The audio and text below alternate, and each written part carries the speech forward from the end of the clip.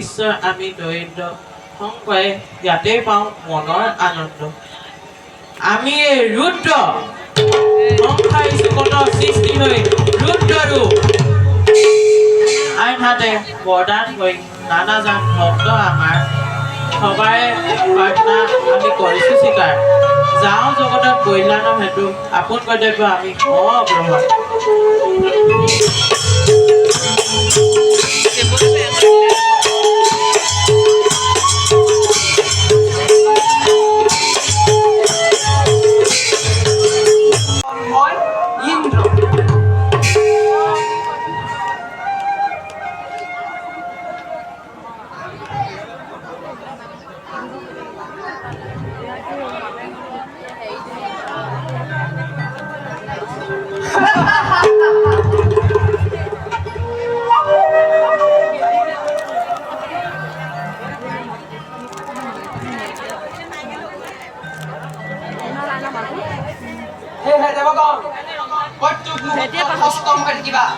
নিহিত সত্য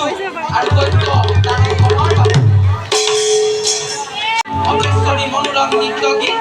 প্ৰাণ সজীৱতা আৰু সাগৰীয় ভাষা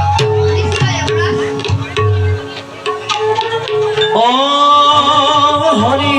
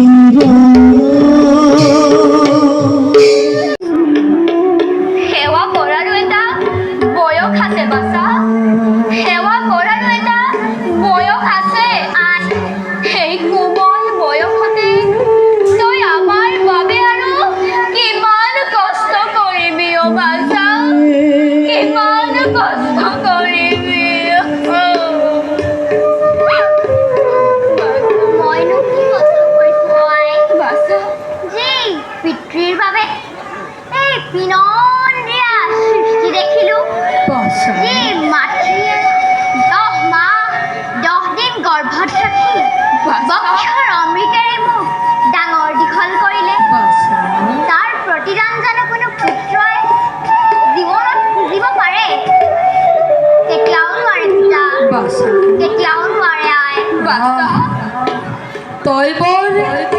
ডাঙৰ ডাঙৰ কথা ক'বলৈ শিকিলিও ভাষা পিতা এৰা জীৱনেই শিকাইছে তোৰ যি সময়ত তোৰ সমনীয়াই হাঁহি ধেমালি ৰং ৰহস্যৰ জীৱন উপভোগ কৰিছে পিতা সেই সময়ত তই আমাক জয় ৰাখিবলৈ জীৱন সংগ্ৰাম কৰিছ হাবিয়ে বননিয়ে ফল মূল বিচাৰিছ দুৱাৰে দুৱাৰে ভিক্ষা মাগিছ কেতিয়াবা ভোকত আৰু কেতিয়াবা অনিদ্ৰাত তোৰ দিন পাৰ হৈছে পিতা জানে জহে ৰদে বৰষুণে তিতি পৰি ইমান কষ্ট কৰি তই আমাক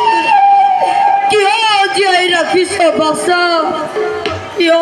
পিতা নহয় পিতা বাছা অন্ধ হলেও আপোনালোকৰ প্ৰচাৰত থাকিবলৈ সাহস পাওঁ পিতা বাছা লোকৰ অবিহনে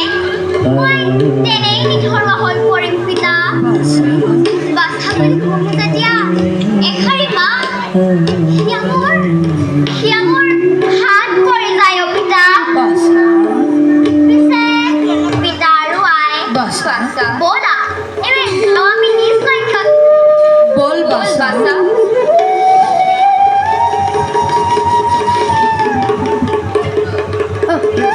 ৰচোন ৰ বাছা না না তইতো কৈছিলি আমি এতিয়া অযোধ্যাৰ দক্ষিণ প্ৰান্তৰ সীমামূৰীয়া অৰণ্যৰ মাজত পিতা কিন্তু ক'ত শুনা নাই যে কোনো পশু পক্ষীৰ মাত সন্ধিয়া নামি আহিল নেকি ধৰাৰ বুকুলৈ নহয় পিতা নহয় কিন্তু সেইটো ধ্যাৰ সময় বাছা পঞ্চপুৰুষে অনাবৃষ্টিৰ বাবে দুৰ্ভিক্ষই দেখা দিছে অযোধ্যা ৰাজ্য বাছা ফল মূল অন্নৰ অভাৱত সকলোকে এৰিছে ৰাজ্য প্ৰজাসকলৰ লগতে বনৰ পশু পক্ষীও দেখান্ত হৈছে পিতা বাছা প্ৰজাসকলে কৰিছে গঞ্জনা যে মহাৰাজ দশৰথৰ বাবে ৰাজ্যত ঘটিছে এনে ঘোৰ অমংগল বাছা পিতা বাছা আহে আমাৰ ত্ৰিফলা আশ্ৰমতো হৈছে নেকি ফল মূলৰ অভাৱ ইয়ে না মোৰ শ্ৰীফল আশ্ৰমতো হোৱা নাই ফল মূলৰ তথাপিতো মনত লাগিছে পেচা ৰাজা দশৰথৰ কুকৰ্মৰ বাবে শান্তি প্ৰিয় প্ৰজাজনে আজি ভোগিছে নিকৰ নহয় ঠিক ৰাজা দশৰথ ঠিক তোৰ জীৱন পবিত্ৰ ইক্ষক কুলত জন্মগ্ৰহণ কৰি অপবিত্ৰ কৰিলে বংশক তোমালি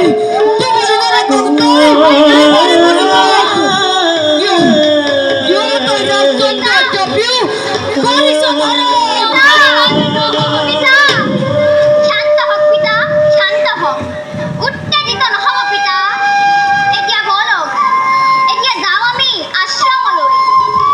বড় অন্ধ মুনি বড় দেখা দেখা পর্ব দেখা রে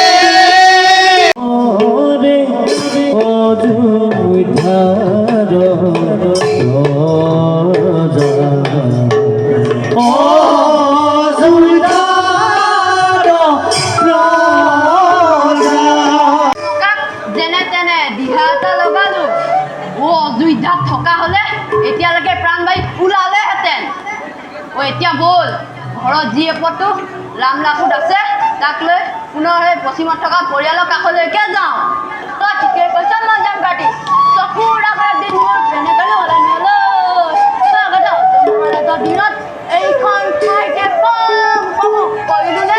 এই মাছ কাছ গাখীৰ মাখন বিধে বিধে ফল মূল ক'লো নহয় মনবোৰ প্ৰতি গছৰ তল ভৰি থাকে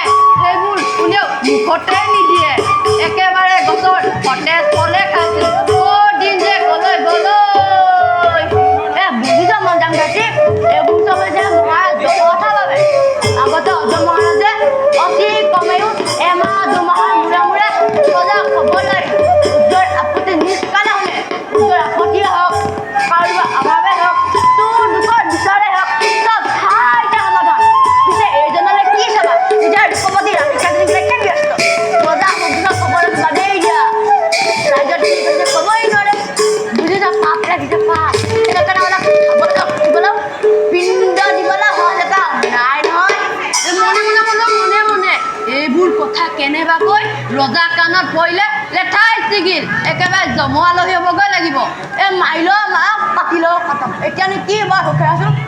পিতৃ পিতামহৰ দিনৰে এই ৰাজ্য এৰিবলৈ পাই কিমান বেজাৰ লাগিছে আমিহে জানো